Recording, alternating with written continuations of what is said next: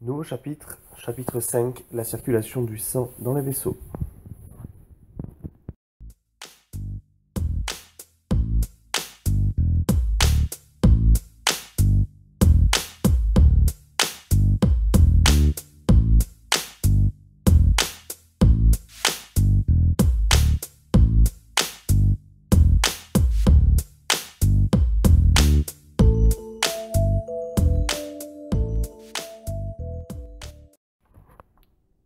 Le cœur se contracte de manière pulsatile.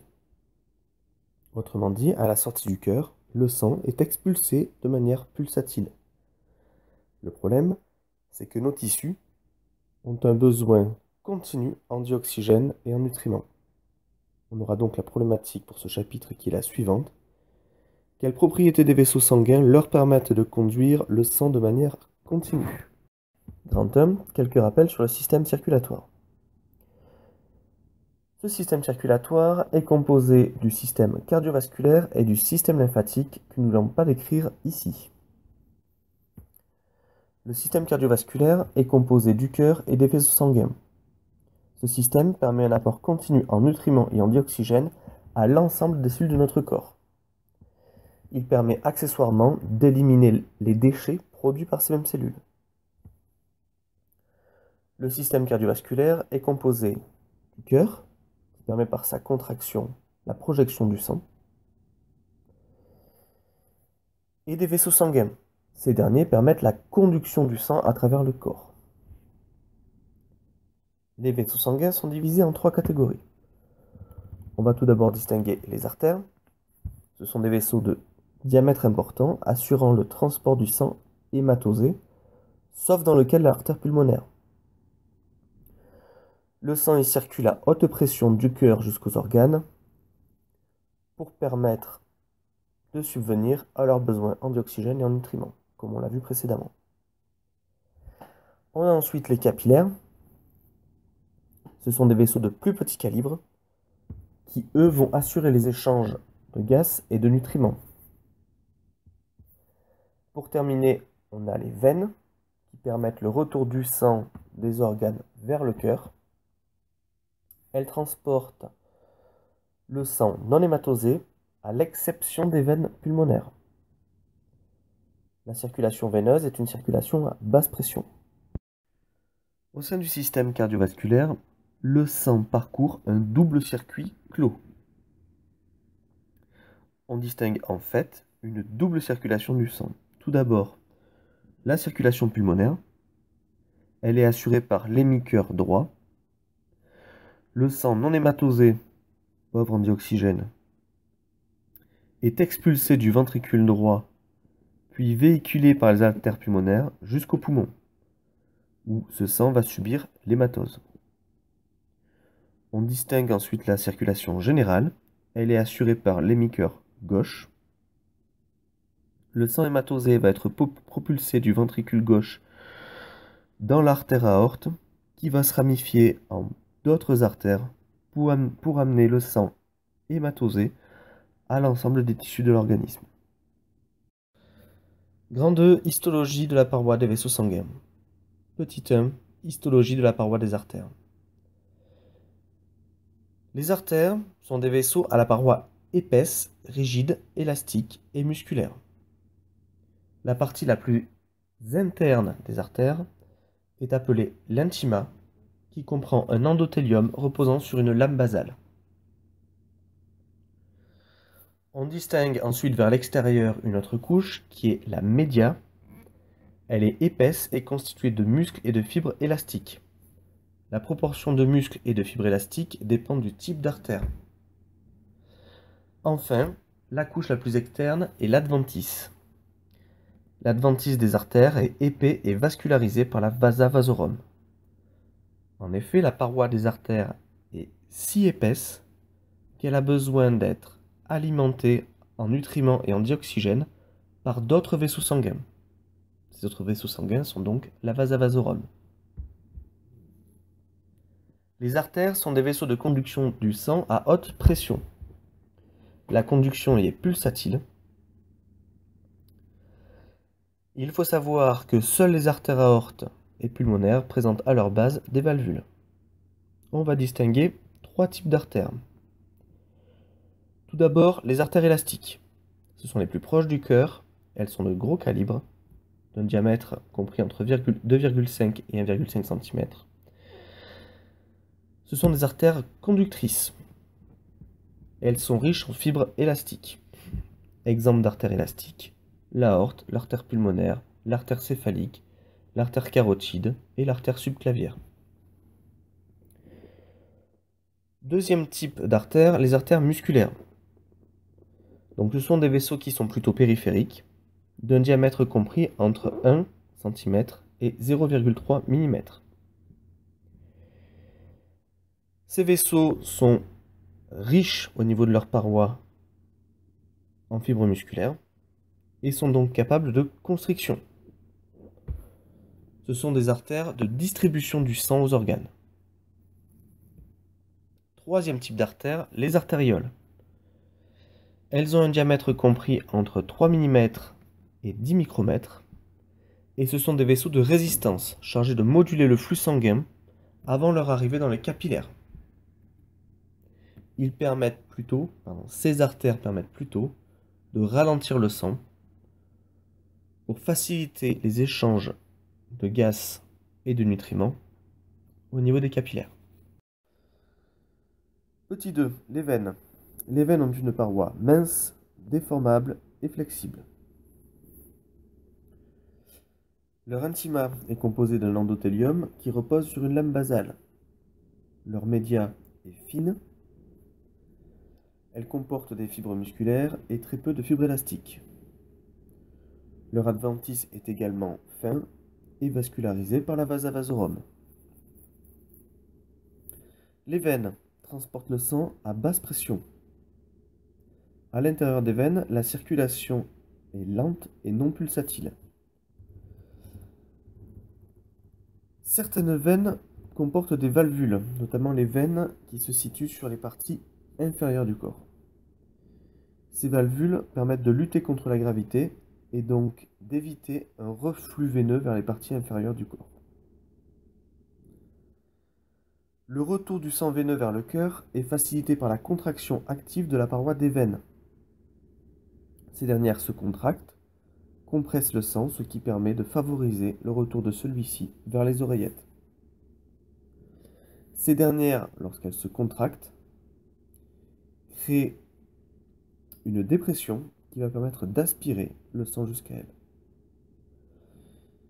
Il faut savoir que les veines contiennent plus de 70% du volume total du sang du corps. Elles jouent donc un rôle de réservoir du sang. Petit 3, histologie de la paroi des capillaires. Les capillaires sanguins ne possèdent qu'un endothélium sur une lame basale. Ils ne comportent ni média ni adventice. Les capillaires se présentent sous la forme d'un réseau disposé entre les artérioles, les petites artères, et les vénules, les petites veines. Il est à noter que la naissance de certains capillaires peut être entourée par des sphincters précapillaires. Ces sphincters sont des structures musculeuses qui vont s'ouvrir ou se fermer en fonction du besoin des organes. Par exemple, pendant un effort physique, les sphincters du tube digestif vont se fermer, alors que les sphincters du système musculaire vont s'ouvrir. On va donc avoir une diminution de l'afflux sanguin au niveau du tube digestif et une augmentation de l'afflux sanguin au niveau des muscles. Ça va être l'inverse lors de la digestion. Lors de la digestion, les sphincters du système digestif vont s'ouvrir pour permettre un plus grand afflux sanguin au niveau du tube digestif, alors que d'autres sphincters comme ceux du système musculaire vont se fermer.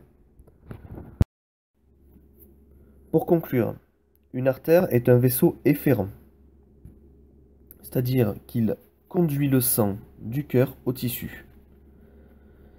Une veine est un vaisseau afférent, c'est-à-dire qu'il conduit le sang des tissus jusqu'au cœur. Les artères et les veines ont une organisation à peu près similaire. Autrement dit, elles sont toutes deux constituées d'un intima, d'une média et d'un adventice. Les capillaires, quant à eux, ne sont composés que d'une intima. Grand 3, les propriétés hémodynamiques du sang. Petit 1, la pression artérielle. La pression artérielle est la pression exercée par le sang sur la paroi des artères. Elle se mesure à l'aide d'un tensiomètre et d'un stéthoscope au niveau de l'artère humérale. Pour mesurer la pression artérielle, on place un brassard autour du bras. On gonfle ce brassard jusqu'à couper la circulation sanguine. Autrement dit, on gonfle ce brassard avec une pression qui est supérieure à la pression artérielle. On dégonfle ensuite progressivement ce brassard. Le premier bruit qui va être perçu correspond à la pression maximale, qu'on appelle également la pression systolique. Ce bruit est produit par l'écoulement turbulent du sang, c'est-à-dire par un écoulement qui se fait avec contrainte. On continue de dégonfler le brassard, et lorsque l'on n'entend plus de bruit, c'est-à-dire lorsque le sang s'écoule de manière laminaire, sans contrainte, on obtient ce qu'on appelle la pression minimale ou la pression diastolique. La différence entre la pression systolique et la pression diastolique est appelée la pression différentielle, ou la pression pulsée. C'est elle qu'on ressent quand on prend le pouls d'une personne. La pression artérielle est influée par nombre de paramètres comme l'état physique, psychologique de la personne, son âge, son sexe, etc. Il est à noter que la pression systolique, comme son nom l'indique, correspond au moment de la systole du cœur, au moment où le cœur se contracte, alors que la pression diastolique correspond au moment où le cœur est relâché. Petit 2, l'hypertension artérielle. Petit a, définition. L'hypertension artérielle est définie comme une élévation chronique de la pression artérielle. Un sujet de moins de 60 ans est considéré comme souffrant d'hypertension artérielle si sa pression artérielle est supérieure à 14,9 cm de mercure. 14 correspondant à la pression systolique, 9 à la pression diastolique. Pour confirmer un état pathologique d'hypertension, le sujet devra porter pendant 24 heures un holster qui mesurera sa pression artérielle tout au long de la journée. Petit b, les causes et les conséquences de l'hypertension artérielle. L'hypertension artérielle est liée à l'augmentation du débit sanguin et ou à l'augmentation des résistances vasculaires. Ces dernières étant souvent liées à un rétrécissement de la lumière des artérioles. Les conséquences peuvent être nombreuses: acouphènes, palpitations, hématurie, autrement dit du sang dans les urines. Et si cette hypertension n'est pas maîtrisée, des complications cardiaques ou neurologiques peuvent apparaître. Petit 3, propriétés élastiques des vaisseaux sanguins. Lors de la systole ventriculaire, le ventricule se contracte et éjecte le sang avec une pression très importante dans les artères élastiques. La pression d'éjection du sang hors du ventricule est si importante qu'elle s'accompagne d'une déformation de la paroi des artères élastiques. En se déformant, ces artères élastiques emmagasinent une partie de l'énergie issue de la propulsion du sang. Lorsque le ventricule se relâche, lorsque le ventricule entre en diastole, les artères retournent ensuite à leur état initiaux. Elles retournent à leur forme d'origine. Et en retournant à leur forme d'origine, elles vont restituer l'énergie emmagasinée. Elles vont permettre de pousser le sang. Ce phénomène permet de transformer le débit cardiaque discontinu en débit artériel continu, ce qui permet une alimentation des organes en sang continue. On va noter que la paroi des artères est toujours resserrée. Elle est resserrée car les muscles à l'intérieur de la paroi sont toujours légèrement contractés. C'est ce que l'on appelle le tonus vasomoteur. En fonction des besoins de l'organisme, ces muscles vont se relâcher ou se contracter pour permettre une meilleure alimentation en sang de telle ou telle partie de l'organisme.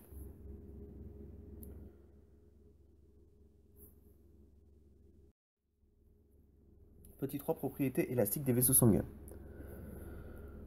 Lors de la systole ventriculaire, le ventricule se contracte et éjecte le sang avec une pression très importante dans les artères élastiques. La pression d'éjection du sang hors du ventricule est si importante qu'elle s'accompagne d'une déformation de la paroi des artères élastiques.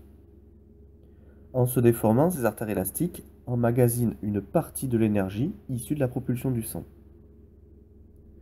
Lorsque le ventricule se relâche, lorsque le ventricule entre en diastole, les artères retournent ensuite à leur état initiaux. Elles retournent à leur forme d'origine. Et en retournant à leur forme d'origine, elles vont restituer l'énergie emmagasinée. Elles vont permettre de pousser le sang. Ce phénomène permet de transformer le débit cardiaque discontinu en débit artériel continu, ce qui permet une alimentation des organes en sang continue. On va noter que la paroi des artères est toujours resserrée. Elle est resserrée car les muscles à l'intérieur de la paroi sont toujours légèrement contractés. C'est ce que l'on appelle le tonus vasomoteur. En fonction des besoins de l'organisme, ces muscles vont se relâcher ou se contracter pour permettre une meilleure alimentation en sang de telle ou telle partie de l'organisme.